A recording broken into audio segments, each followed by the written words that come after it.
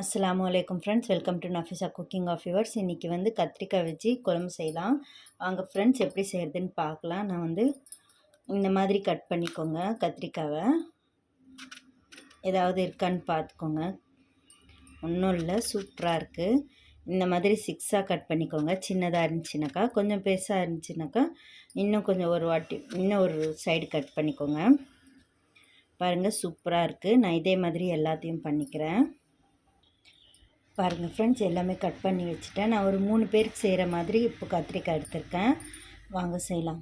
பாருங்கள் ஃப்ரெண்ட்ஸ், ஒரு 2 ஸ்பூன் வேர்க்கடலை மாதிரி வறுத்துக்கோங்க. முதல்ல ஒரு கடாயை வச்சு பாருங்கள் ஃப்ரெண்ட்ஸ், ஆயிடுச்சு. இதை எடுத்துடலாம். இதுலேயே ஒரு ஸ்பூன் வந்து வெள்ளை எள்ளு எடுத்திருக்கேன். இதுவும் கொஞ்சம் வறுத்துக்கலாம். இன்னும் லைட்டாக வறுத்துட்டா போதும். இது வந்து சீக்கிரம் கரைஞ்சிரும். அதனால வந்து லைட்டாக வறுத்தா போதும்ட்டு. இதிலே வந்து நாங்கள் வந்து முந்திரி ஒரு 10-12 மாதிரி போட்டுக்கோங்க. இதையும் வறுத்துக்கோங்க. பாருங்கள், நல்லா வறுத்துட்டேன். அவ்வளோதான். பாருங்கள் ஃப்ரெண்ட்ஸ், வேர்க்கடலை நல்லா ஆறிடுச்சு. இப்போ வந்து இதோட தோலை மட்டும் எடுத்துடலாம்.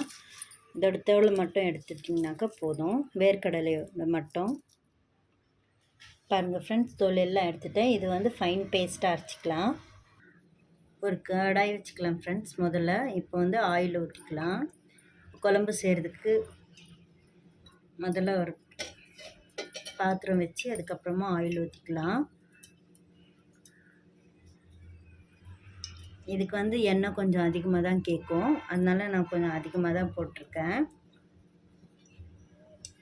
பாருங்கள் ஃப்ரெண்ட்ஸ், நான் வந்து வெங்காயம் 1, 4 தக்காளி முதலே அரைச்சி வச்சுருக்கேன். இது ரெண்டையுமே வந்து நான் பேஸ்ட்டாக பண்ணி வச்சுட்டேன் முதலையே. இப்போ எண்ணெய் நல்லா சூடாயிடுச்சு. இப்போ ஃபஸ்ட்டு வந்து கடுகு போட்டுக்கலாம்.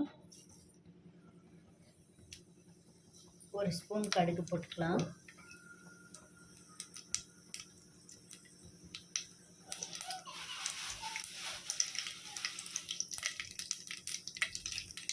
அதுக்கப்புறமா கருவேப்பிலை போட்டுக்கலாம். அதுக்கப்புறமா அரைச்சி வச்ச வெங்காயம் போட்டுக்கலாம்.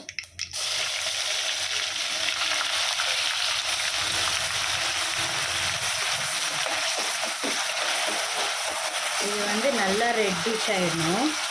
அந்த மாதிரி வறுக்கும் போது அப்போ தான் சூப்பர் டேஸ்ட்டாக வரும்.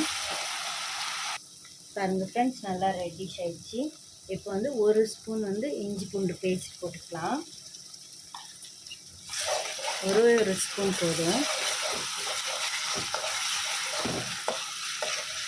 இதுவும் நல்லா வாசனை போகிற வரைக்கும் நல்லா வறுத்துக்கோங்க.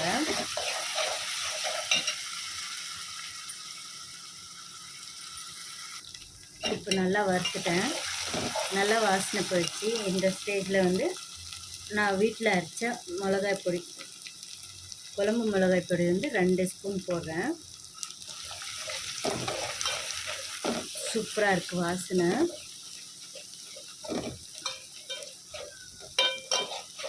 இதோட பச்சை வாசனை போன உடனே வந்து தக்காளியை போட்டுக்கோங்க.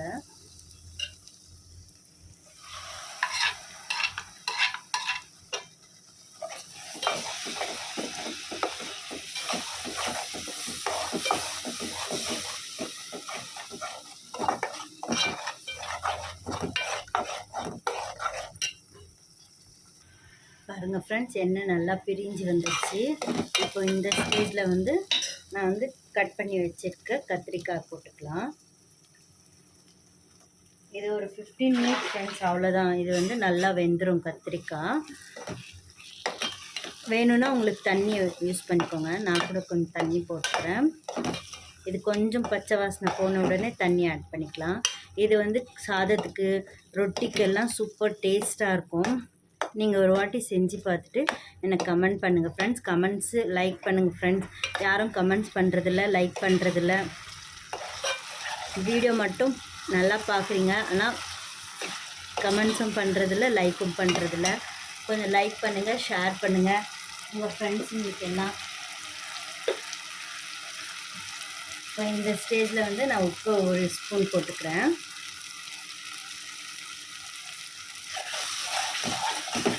உங்கள்கிட்ட வந்து குழம்பு மிளகாய் பொடி இல்லை, இப்போதைக்கு அவைலபிளாக இல்லைன்னாக்கா நீங்கள் வந்து காரத்தூள், தனியாத்தூள், ஜீரகமும் வெந்தயமும் அரைச்ச பவுட்ரு அதெல்லாம் இருந்துச்சுனாக்கா போட்டுக்கோங்க. ஒன்றும் ப்ராப்ளம் இல்லை. சூப்பர் டேஸ்ட்டாக வரும் உங்களுக்கு. அதுவே பாருங்கள் ஃப்ரெண்ட்ஸ், தண்ணியை நான் ஆட் பண்ணிட்டேன்.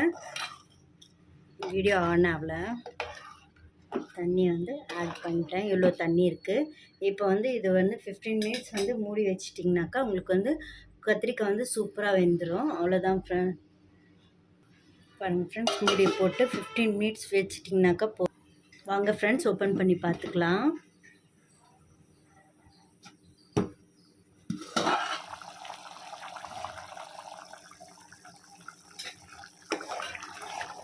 சூப்பராக வெந்துருச்சு. பாருங்கள் ஃப்ரெண்ட்ஸ், நல்லா வெந்துருச்சு. இது சின்ன சின்னதாக கட் பண்ணதுனால சீக்கிரமாகவே வெந்துடும் உங்களுக்கு.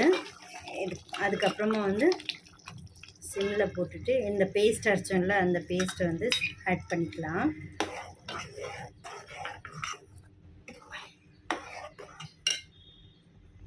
பாருங்கள் ஃப்ரெண்ட்ஸ், நல்லா கொதிச்சு இந்த வாசனை எல்லாம் போயிடுச்சு. இந்த ஸ்டேஜில் வந்து நான் வந்து புளி தண்ணி வந்து ஒரு எலுமிச்சை சைஸ் அளவுக்கு நான் வந்து ஊற வச்சுருந்தேன். அதுவும் சேர்த்துட்டேன் இதில். இப்போ ஒரு கொதி வந்த உடனே அவ்வளோதான் ஃப்ரெண்ட்ஸ், குழம்பு ரெடி ஆயிடுச்சு. இப்போ வந்து பாருங்கள் ஃப்ரெண்ட்ஸ், அவ்வளோதான், குழம்பு ரெடி ஆயிடுச்சு. இப்போ வந்து ஸ்டவ்வை ஆஃப் பண்ணிவிட்டு நான் வந்து கார்னிஷிங்காக நான் வந்து கொத்தமல்லி தூவிடுறேன். அவ்வளோதான் ஃப்ரெண்ட்ஸ். அல்லாஹ் ஹாஃபிஸ்.